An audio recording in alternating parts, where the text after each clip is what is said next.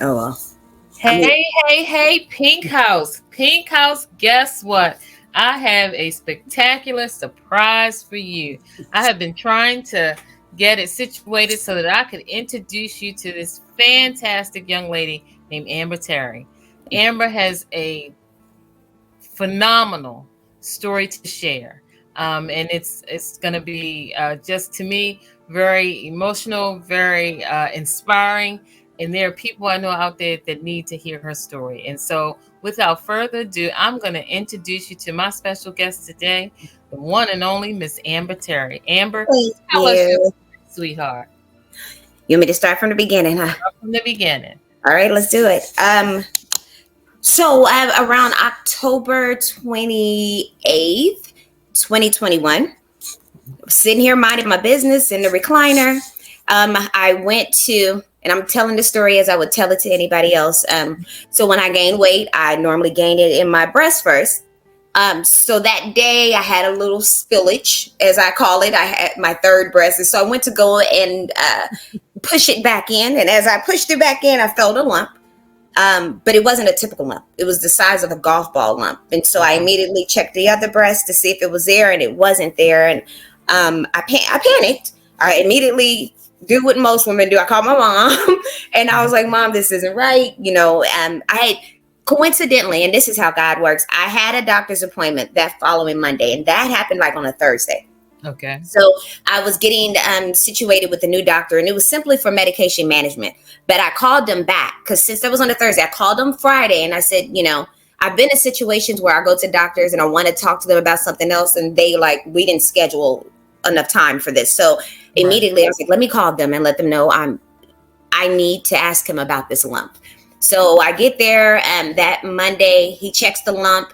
He sends me for a mammogram. And with that mammogram, it was a 3D mammogram along with an ultrasound. Go and get that. The doctor comes in and he's like, it's suspicious. I hear that word a million times. It's suspicious. We want to do a biopsy. Okay. So they schedule it for 2 days away. And so I walked to the car. I remember I called my mom. My mom's out of town and I'm crying because I think in my heart of my hearts, like you, I knew something wasn't right. So I get the biopsy on a Wednesday. They said it's going to take about 48 hours. Well, it did. It only actually took 24 hours. And so that next day I went to one of my family friends, like my brother. He was coincidentally, he had died from pancreatic cancer at age 53. And, and I was going to his funeral. As I pulled in the parking lot, I saw the number as it rang and I saw it come up and I just happened to be pulling it. So I answer it and I'm talking to her, the sweetest voice. And her name is Jennifer. And to this day, she's who they assigned to me, but it's going to be a lifelong friend. I know that. As she tells me, she's like, are you driving? I said, I am, but I'm parking. So she's like, let me know when you park. Right then, of course, if you had good news, you would already tell me. So I'm like, God, not now. She's like, she goes on to tell me that I have in grade 3 invasive ductal carcinoma, and that basically she was referring me to, I would be in touch with my surgical oncologist. Okay. So I go into that funeral. I remember nothing about that funeral. I remember, the only thing I remember is looking at that casket and envisioning me being in the casket because I had just been given what I assumed and what I always thought was a death sentence. And so I immediately start planning in my mind, what am I going to do with my kids, what my babies, I have a 20-year-old, but I have a 10-year-old and an 11-year-old. And all I could think about was they can't go with their dad. I have to figure something out. Right. I immediately, this is what I love about St. Francis and Tulsa. My team immediately, I got MRIs, I got my CAT scan, I got my port placed. I had echo. I had 2 echoes to make sure my heart was ready for the chemo I was about to face. When we went in and he did my treatment plan, he said he thought I was going to be triple negative. And I think that most Black women are. And I felt kind of insulted by that because I'm not triple negative. My hormone receptors were negative, but my HER2 was positive. And Okay. he called me when that came in, and it was like 7:30 at night to tell me that it was positive, and he was surprised. He didn't expect that, but it changed my treatment plan just a tad bit. And so I did TCHP, and I did 6 rounds of that. I would love to tell everyone what TCHP stands for, but I can only account for the Herceptin and it's Herceptin and Perjeta. The TC is what kicked my butt, and I don't want to remember the name of those. Okay. But right now, I'm doing the Herceptin and Perjeta. Right now, I'm doing what they call the smart chemo. Okay, so after I did the 6 rounds. 6 rounds. I remember crying every time because, I did my chemo every 3 weeks, and it would take me 2 weeks to just start feeling better. And then right when I'm starting to feel better, boom, it's time to go get it done again. Yeah. And I'm just like, well, I can't do this. I couldn't. There were times, and I'm woman enough to admit I couldn't walk. I used the bathroom on myself because I couldn't get up and get to the bathroom. I had horrible cramps in my legs. I couldn't sleep. I lost 19 pounds in 10 days. Wow. I felt like I was withering away, and I went days without eating, and he was trying to get me to get insured and all that. And so I had blisters so bad in my mouth and down my throat. I remember I love pizza, and I have one favorite pizza place, and they sent me over a slice, and it's about 30 minutes away, but it was so sweet of them. But I remember, and I'll never forget this, I took a bite of that pizza, and it was like shards of glass going down my throat. And I remember screaming, and I couldn't regurgitate it. I had to finish it, but I remember coughing up blood in my mouth. And it was bad. And I eventually got the magic mouthwash, which was a lifesaver for me. But I still, it seemed like every symptom I got, it was horrible. I did the 6 rounds of TCHP, and then I had surgery April 15th. So initially I went to a doctor here, a plastic surgeon here, because my surgical oncologist had told me, you're going to need a double mastectomy. We're not going to even consider a single, because my grandmother, so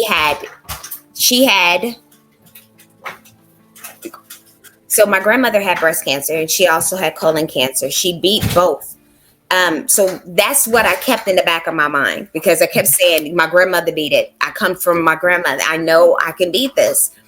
And so I knew I was going to get a double mastectomy, but it was just a matter of what was going to happen afterwards. And I wanted to do the deep flap.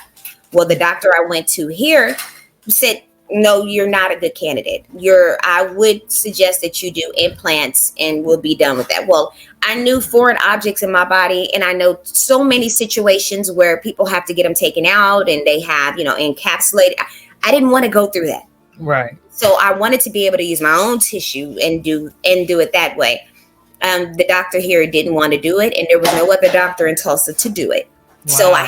So I was referred to Oklahoma City, which is almost 2 hours away.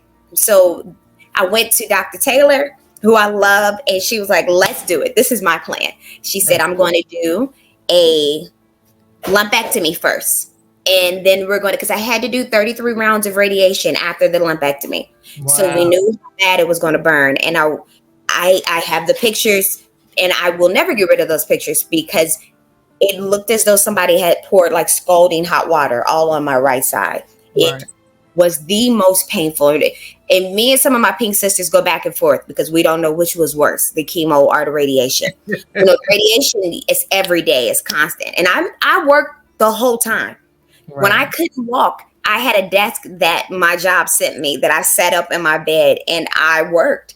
And as sick as I was, I was so scared of losing my insurance. Right. I was scared of not being able to move forward with my treatment, because I'm in the middle of all this with my sisters, and I'm watching all this happen.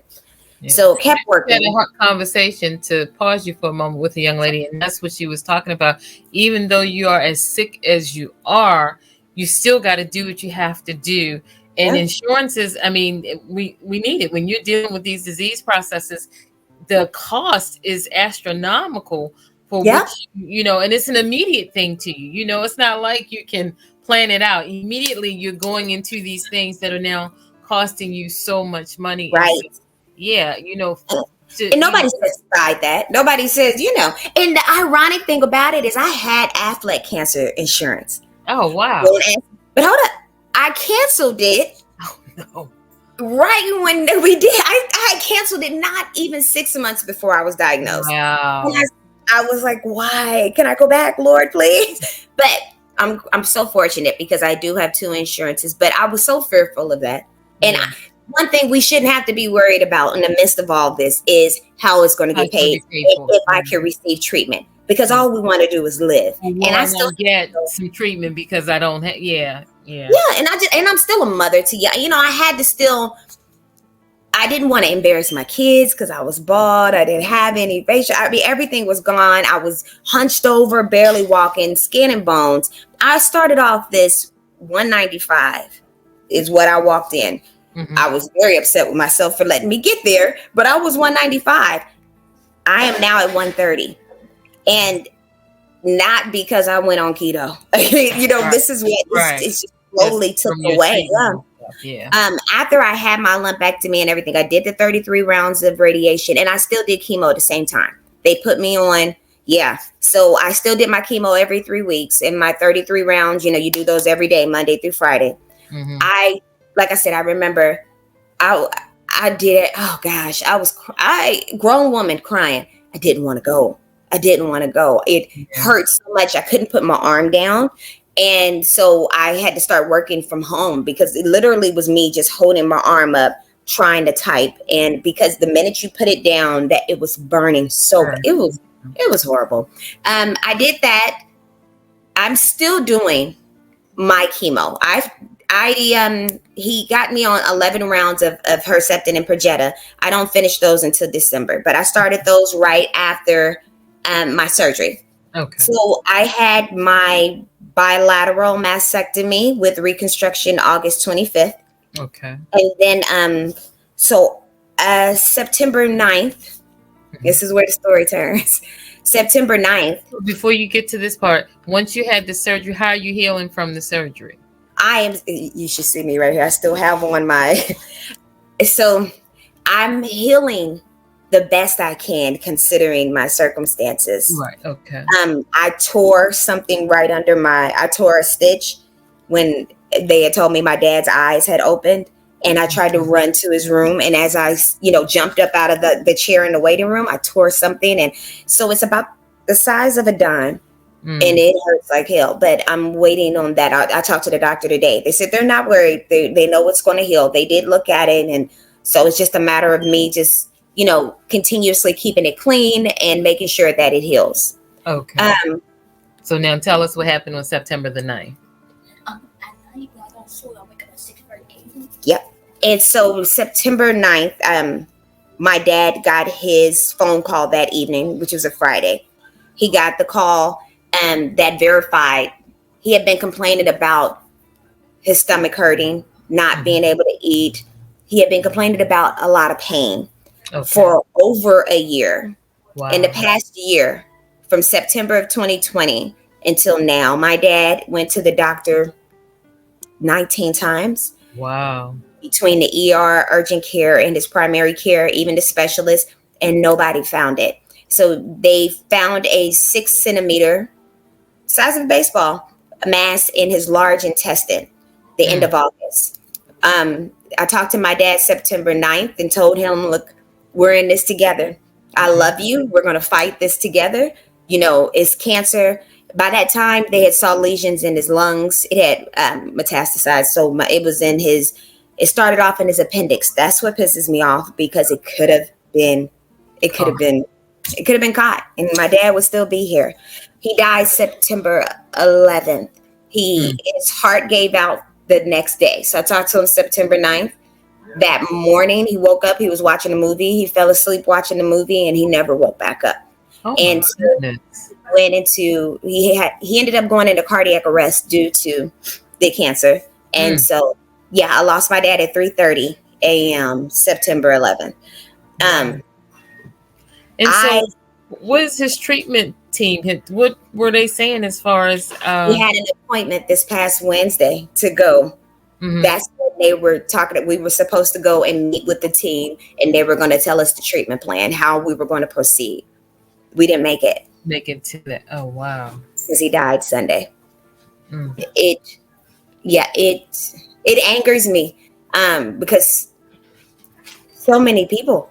And I can't even speak for everybody else, but I know my dad, and I know he was in so much pain. With the last time I saw, there's something about when they did the biopsy. They did a biopsy. My dad could. I'm sorry, honey. If you get in, I can get what you can't get, Mom. Go ahead, sweetheart. I'm sorry. Okay. Yeah. Mm-hmm. He was in so much pain he could barely walk. Something about after he had the biopsy, something about it, he declined rapidly. Within a week after that biopsy, my dad was dead. Wow. No, but I know it could have been caught. I look at mine, and regardless of my circumstance, like I was prepared to fight. And I knew, I had told my dad, I said, look, we got to get your weight up. We got to get your strength up. If you're going to fight this, you got to get yourself right.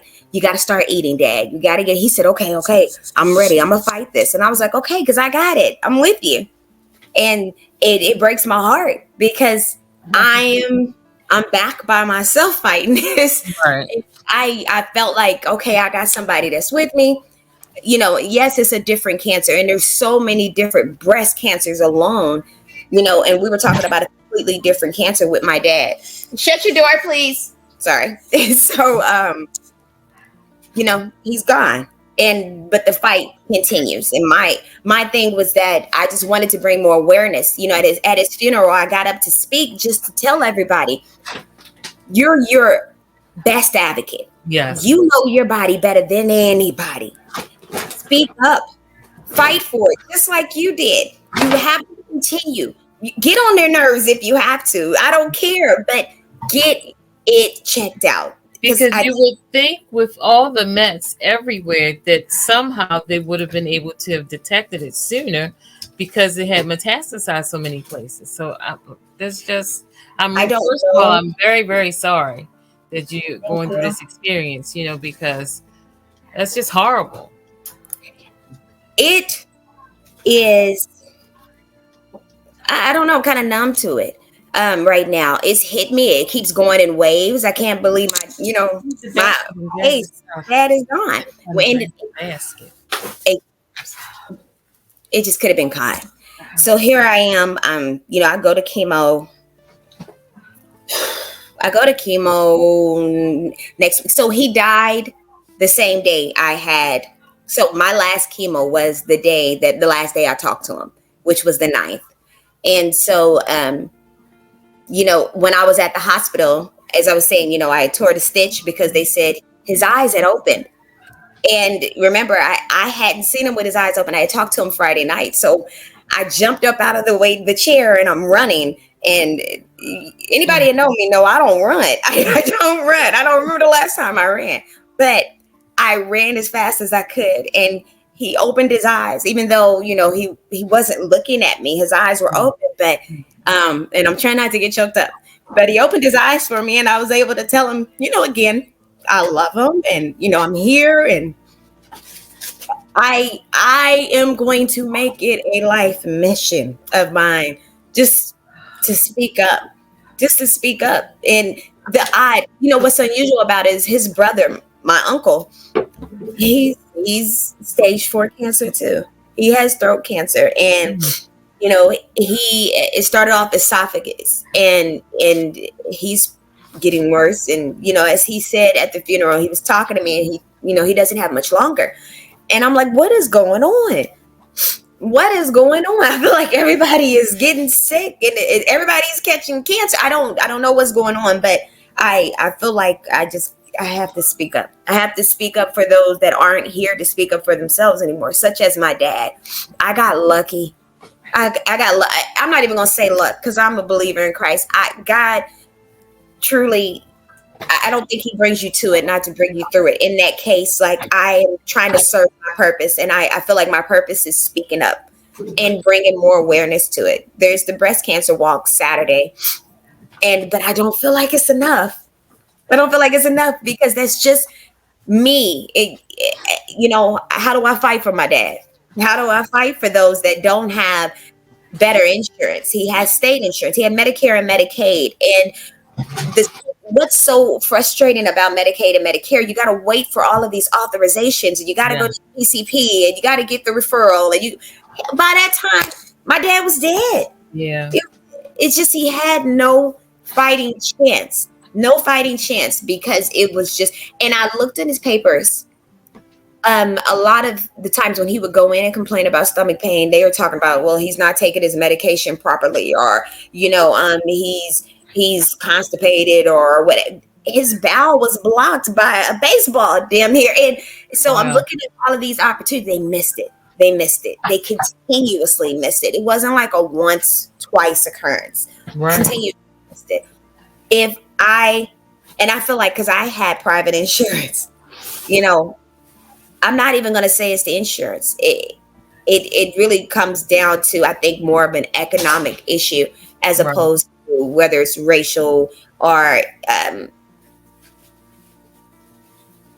I don't know what else it could be, to be honest. But I know my dad is gone, and we continue to fight. But there are, I do know there are so many disparities, and when it comes to healthcare, socioeconomic disparities, just so many. And, because I know Hopkins, where I work and got my treatment, they're always trying to do these initiatives for those that they feel like in the community are still continuing to fall through the cracks, because for as advanced as healthcare is, there's just as many people that are still not having access to healthcare. Yep. And that's what I love. So what I wanted to do, and this is what I'm working on for October of next year, and I spoke with my doctor who wants to work with me, and I talked to another, actually she's president of finance at another major hospital here. And I have a lot of people on board who want to sit and meet with me. And my plan was to get the mobile mammogram and bring it into the community, and bring it to where it is accessible to them. But we needed to where I need to make sure it's 3D, because one thing about us Black and brown sisters, our breast tissue is so dense. It's easily missed in a regular mammogram. So if I will not accept a regular mammogram truck, I need one that's 3D and prepared to catch it, because it's almost like it's, I don't know. I don't want to say it's an epidemic, but I feel like it's taken over. Well, the thing with cancer, and I don't know the stats for the different types of cancer, but just when you think of breast cancer, when I got it, it was saying one in every 8 women. So that's a lot. So if you take that as one type of cancer, and then you multiply by all the other types of cancers out there, what's the stat? You know what I mean? What's the stats for? It is definitely an epidemic. I've used the word. It's an epidemic. You know what else is scary? Is every ache, every pain, is the cancer back? Has it spread? Right. And that is forever going to be in the back of our heads. And nobody focuses on the mental health side of it. Right. The diagnosis doesn't just affect us. It affects our family and our friends, our close loved ones, because they're waiting in the wings as well. They're just as paranoid. And interesting story, I'll tell you. While I was on vacation, we went to the beach, and my sister just snapped some photos of me sitting in the chair, and so I laugh, but you can appreciate this, and all of our other pink sisters will be able to appreciate this. And so when I went to look back at the picture, when you looked at my cleavage in the suit I had on, it was so it was just such a stark contrast of the side where I had the lumpectomy and stuff, and it was just like, it was like, wow, I didn't realize until I saw me in this suit like that. And it's like you have those moments that it just snaps you right back to that place. And so Like it's like PTSD almost. yeah, and it was such a difference. And I was like, it is what it is. But yeah, and so it never goes away. Like you said, you deal with it easier, a little easier as time goes on. But still, even 5 years out, I just celebrated my 5-year anniversary in August. But even now, when I have a certain pain in the breast or something, it does go right back. Is that a sign that, So yeah, you're right. And it's debilitating to some. Yeah. I couldn't plan. I still can't plan. I can't, because I'm not done with chemo. My doctor did give me the green light to get my port removed like the day after chemo. And I loved the way he said it, because he said, be done with it. He said, don't leave it in. He said, some people will leave them in for however long. Some people leave them in forever. But he said, be done with it. The less reminders you have, the better, because you're going to keep going back to that. And I was like, you're absolutely right. And I'm so for that. So let's get rid of it. But everything is if I may, so everything evolves, because I'm wearing my compression bra, if you can see, but everything evolves around this baby right here. Right. So I can't wear anything because I get so many stares. And I've even had little kids point and ask me, what's that on your chest? What's that on? And I'm like, can't really explain it to a child. But I will say this. The port is like dang near sitting on my chin now that I done got my reconstruction done. So I'm not like that. But I'm still in the fight. I'm not out of the woods. And he made that very clear as well. But they did send all of my breast tissue to pathology. I came back clear. But I still have to get a colonoscopy, because when they did my PET scan, there was some activity in my colon. I'd be lying if I wasn't, if I said I wasn't nervous about that. But I know that I was supposed to be not eating like 8 hours. You're not supposed to eat after midnight, and I did. And I don't know if that has anything to do with it. I'm guilty of it, but I like to think that had everything to do with that activity. But they can't clear me for the colonoscopy until I'm healed. And so they said maybe next year. So until then, I'm forever thinking, looking at my poop, trying to make sure it's not distorted in any way. I'm checking everything now. Right. Checking everything. And I feel so bad for my nieces and my daughters, because I only have one daughter, but they have to worry about it because we got the gene. And so it's a continuous. So let me ask you this question. Along the journey, in addition to your faith, what are some of the things that you've done to try to mentally stay positive, even though you're dealing with such a negative situation? What are some things that you've done? I have a great support system. I have the greatest boyfriend. I really do. I can't downplay his support. And because he was at every chemo, he was there. And on top of that, and here's the thing, me and him, we didn't get together until September of 2021. I got diagnosed November 11th. He could have easily ran. I expected him to, because everybody isn't ready for that. But God sent him, because he went through it with his mom and his dad. He knew who to put in my life. And I always say, God puts people in your life for reasons and for seasons. And perfect. He was such a great support, and he still is. My family, they joined together and did they made sure I wasn't alone too long, because I didn't want to get wrapped up in my thoughts, because I am an overthinker. And that could go so south. I did things like I colored a lot. My coworkers would send me coloring books. I'm looking at one now, and I love my coloring books because they take me away. I listen to, because I love to sing, but I listen to a lot of gospel. I listen to a lot of music, period. So I always tried to do something to take me away from the moment. I couldn't walk a lot. I live across the street from a lake. You okay? Yeah, I'm sorry, honey. Go ahead. I stay across from a beautiful lake. I would sit on my porch if I could make it out there. Like I had a walker and everything. It was really bad. Chemo dang near, I feel like it dang near killed me. I will say, I again just try to put myself just like you on that beach. I try to put myself in different situations and clear my mind, which is hard because I am. If you look ADD up, it is a picture of me. It's really hard to focus. It's really hard to focus. And so I couldn't meditate. But what I could do, I just started writing. I started journaling, writing everything from day one. My friend got me a journal and I just was writing everything. And I won't show anybody that journal because there was a lot of bad days. And I put all of my emotions and I left it in the book. That was what I wanted for. Yeah. I practiced as a therapist for years. And the odd thing about it is when it came back to me, I had to use those same coping mechanisms that I was giving my clients. Yeah. And I was trying everything, because everything isn't for everybody. So I was trying this and that. And I just found like, journaling did help. But I think between the support of my family and friends and coloring, and I just can't leave my babies. That's all I kept thinking about was my babies. And that's what kept me going. Every chemo when I couldn't get off the toilet because I was either sitting on the toilet or throwing up in the toilet. And it was just like a lot of bad days. I can't say anything positive about it. I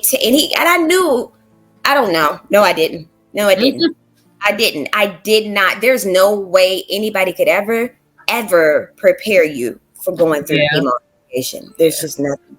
It was bad. It's a club that once you're in it, but it's a club you don't want to be in, and you don't really know and understand unless you have that experience. Because everybody's is different, which makes it unique. Even though we both are breast cancer sufferers, our situation and journey has been different, and it's with everyone. It's but you have a level of understanding and empathy because whatever it is, it's been rough. You know what I mean? Yeah. It's no easy sailing with it. And it's just every day it's a new day to try to conquer the journey that next day. That's right. Look, we still here for a reason. Yeah. For a reason. Yeah. And that's what I thank God. I mean, man, if I tell you I picked up my Bible, so it's right here. I've never picked it up so much in my life, but I hate that it had to come to that. I've always been a believer, but I literally had to I just kept reciting, especially those nights when I couldn't sleep. And I would take like 2 Xanax and I would take edibles, gummies, because that's what put me to sleep. Mm-hmm. I would take 2 of those and 2 Xanax and be wide awake watching reruns. And I am a terrible insomniac. I was an insomniac before cancer, and it got worse after cancer. And so this vacation with my sister, it's the most sleep I have had. I can't tell you in however long, because when I'm here, I don't. I'm all up. And it was definitely long. I'm jealous. I'm jealous. I want to. It was the most sleep I have gotten, and I cannot tell you. And I'm gonna say years, because it's just suffering with that insomnia. It's a beast. It is. It's hard. Sleep is so critical in dealing with any disease process as well too. You need that restoration in the body for the cells to help renew. And so, and I recognize, not having that just, so it was just one of those cycles. Yeah. I'm going to focus on the good. Yeah. Even with my dad, I just keep going back to that last conversation. And I was able to tell him I love him, and I was able to let him know where I stood, and I had his back, and I still got his back. And that's how I'm going to proceed and move forward. And I got a big mouth. I'm finna talk to the world. Yeah, there you go. And that's what you do. You use the tools that you have in order to get the message out.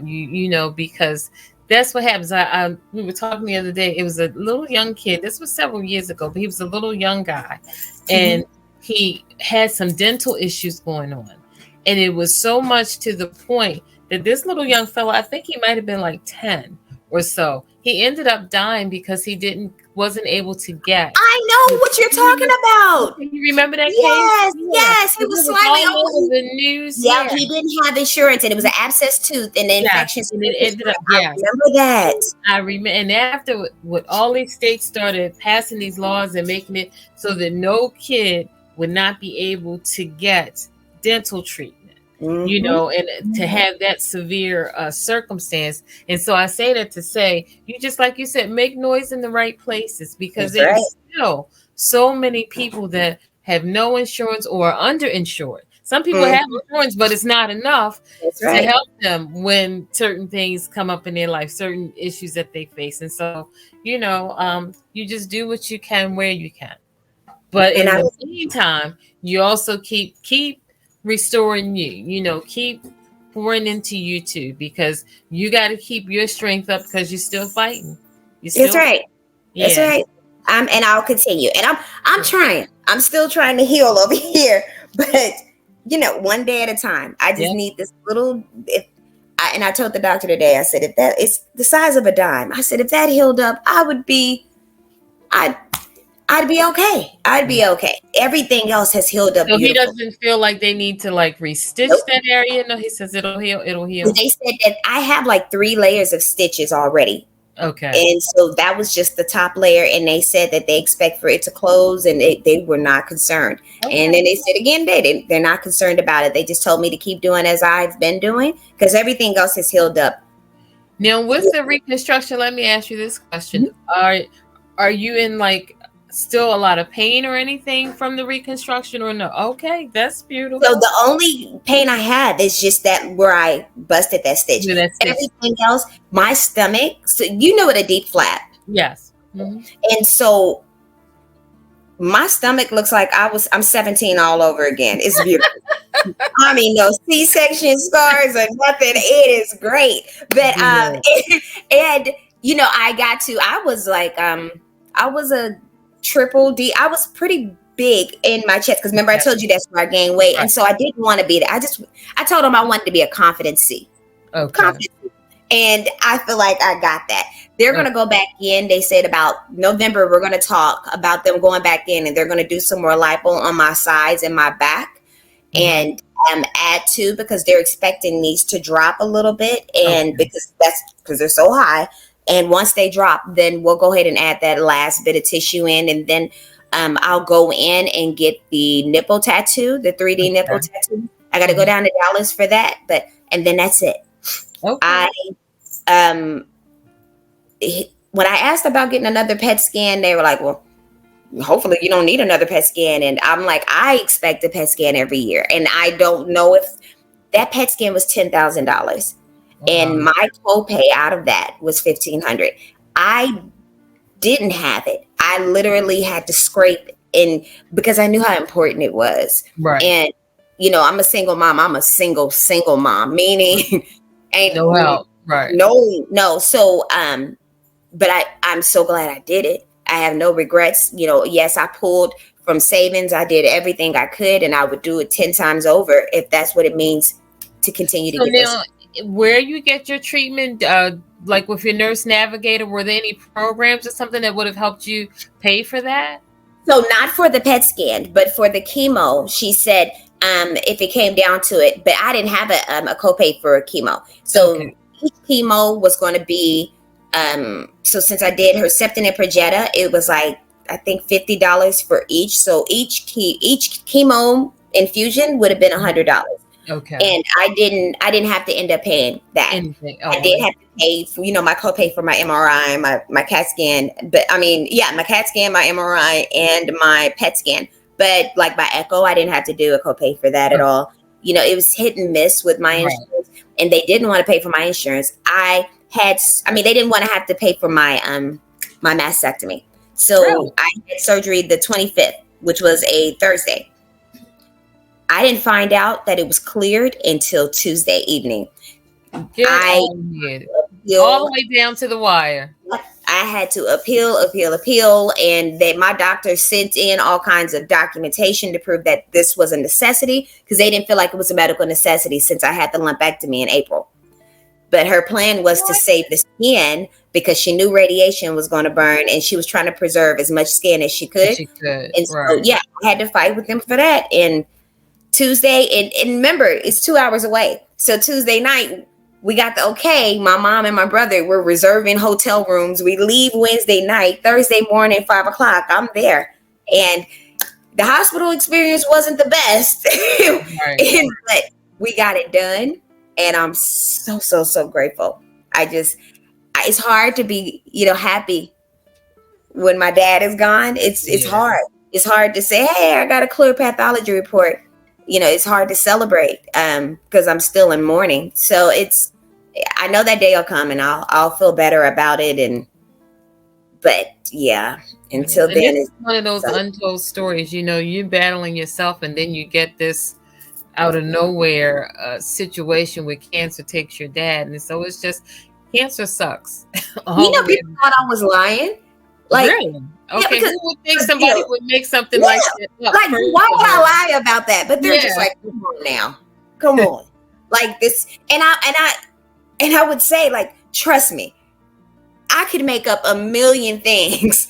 I would never put that on anybody, because life and death is in the power of the tongue. I would never put that on anybody.